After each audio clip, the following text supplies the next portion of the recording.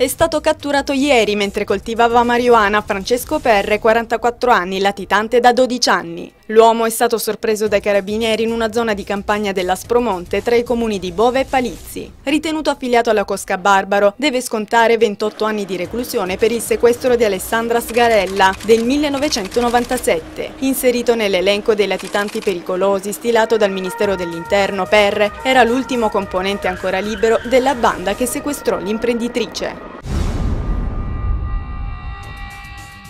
È stato arrestato dalla squadra mobile di Cosenza in collaborazione con quella di Trieste Giuseppe Console, 24 anni, individuato come presunto complice del coetaneo Alessandro Cavalli nell'uccisione avvenuta ieri a Trieste del 23enne Alessandro Novacco, trovato morto semicarbonizzato. Il giovane si trovava in Calabria, dove i genitori a Verbicaro possiedono un appartamento assieme a parenti.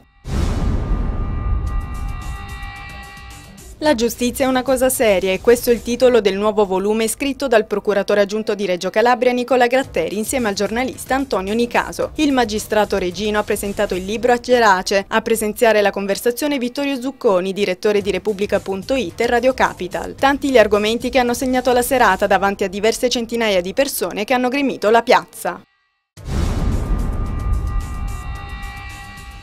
Si è svolta ieri, nel suggestivo scenario della Lega Navale di Crotone, la sfilata delle collezioni di Cangiari, marchio di moda etica e sociale che ha portato l'artigianalità calabrese sulle passerelle del Milano Moda Donna e delle migliori boutiques d'Italia. Il brand, nato dal consorzio sociale Goel della Locride, utilizza filati biologici e tessuti al telaio a mano, realizzati secondo le antiche tradizioni calabresi, rivisitate e attualizzate.